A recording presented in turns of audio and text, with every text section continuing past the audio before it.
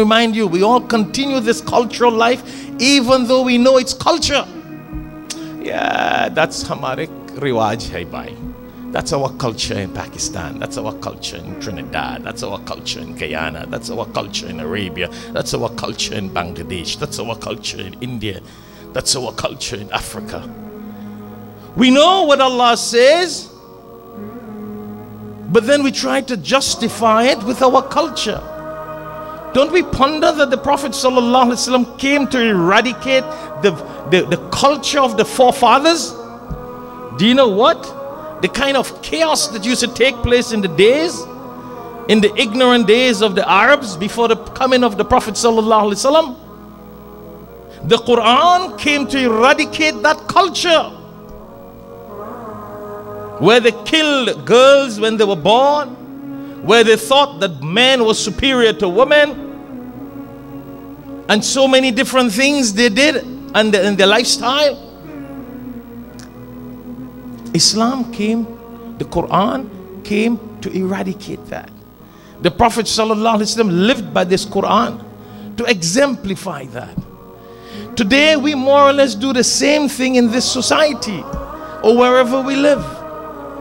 And Allah is saying here that these verses of the Quran, we need to ponder over these verses. لِيَتَذَكَّرَ أُولُو الْأَلْبَابِ. And he says that the intelligent people will be reminded when they ponder over these verses. But my brothers and sisters, do we ponder? Let me ask you, all of us, we come here. Ramadan, you listen to Quran. Somebody dies, you go to Quran. You listen to Quran. Huh? I always use, sometimes I look at how we are. Allah has designed, and I use this example all the time, and I know some of you may feel offended. Allah has designed a Jum'ah for us.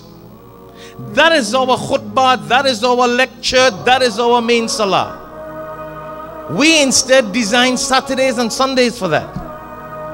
We will not make the effort to go for a Jum'ah on time, but you will make effort to go to the hotel on time to listen to a lecture.